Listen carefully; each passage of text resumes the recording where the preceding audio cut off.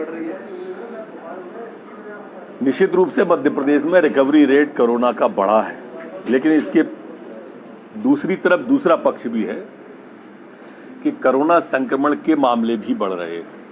वो मध्य प्रदेश में नहीं बढ़ रहे हैं, वो देश में बढ़ रहे हैं, उसमें मध्य प्रदेश भी शामिल है और इसलिए सावधानियों की अत्यधिक आवश्यकता है।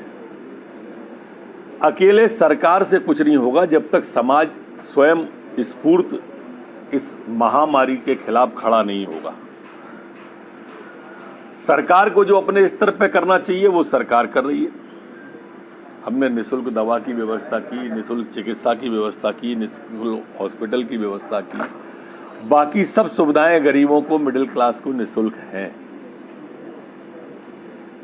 लेकिन जो समाज को करना है वो तो हम हाथ जोड़कर प्रार्थना ही कर सकते हैं उन सबसे कि हमें सावधानियां बरतनी है, डरना नहीं है। एक दूसरा कोई भी सिम्टम आए तो पता नहीं छुपाने की आदत जो देखने में आ रही है, वो छुपा रहे हैं। छुपाते इसलिए हैं मेरे ख्याल से कि जो समाज का कुछ धड़ा है, सारा समाज नहीं, वो अछूत मानने लगता है, उनसे दूरियां बनाने लगता है। समाज से भी आग्रह है कि वो अछूत न माने। कोरोना इतना गंभीर नहीं है जितना गंभीर समझ रहे हैं। ये गंभीर तभी है जब हम इसको छुपाते हैं।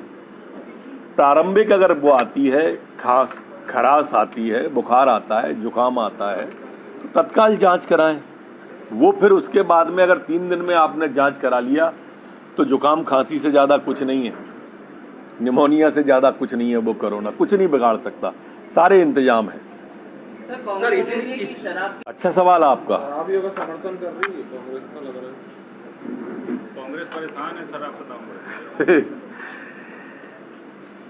आप देखो, आज एक का बयान है कि रेत के बारे में अगर नहीं किया तो धरने पे बैठूंगा, कांग्रेस के विधायक का। एक विधायक का शराब के ऊपर बयान है, रेत पे बयान दे रहे हैं, शराब पे बयान दे रहे हैं। इससे आप समझ सकते हो कि उनकी निगाहें कहां हैं। बारिश कहां ज्यादा हो गई, कहां कम हो गई, कोरोना का क्या हो रहा है, कैसे ठीक होगा, कांग्रेस पार्टी को जन जागरण अभियान चलाना चाहिए था, इस पर बात नहीं कर रहे। रेत पे, खेत पे, शराब पे बात कर रहे हैं आज भी। अरे भाई, चिंता इस बात की, मैंने पढ़ा वो आदरणीय गोविंद सिंह जी का, उनकी चिंता पुरानी है। वो जब सरकार थी तब भी अपने कार्यकर्ताओं से माफी मांग चुके और कह चुके कि भाई हम माफी मांगते हैं, अवैध रेत नहीं रोक पाए। उनके मंत्री पद का दर्जा प्राप्त जी एक वो खदानों पे जाके रेत पकड़ते थे। आपको कुछ करने की जरूरत नहीं है, आप तो हमें प्रमाण दो, हम कार्रवाई करेंगे। वैसे ठेकेदार आप ही के समय के हैं, आप ही ने ठेके दिए थे। जब ठेका है तो अवैध का है, इसके बाद भी अगर अवैध है तो आप बताओ, हम कार्रवाई करेंगे। सरकार के बारे में आ रहा है, विवेक तन्खा ने इसको लेकर ट्वीट किया है। उसमें ट्वीट में कहा है कि बीजेपी के जो मंसूबे हैं वो जो है खत्म हो गए हैं और सरकार से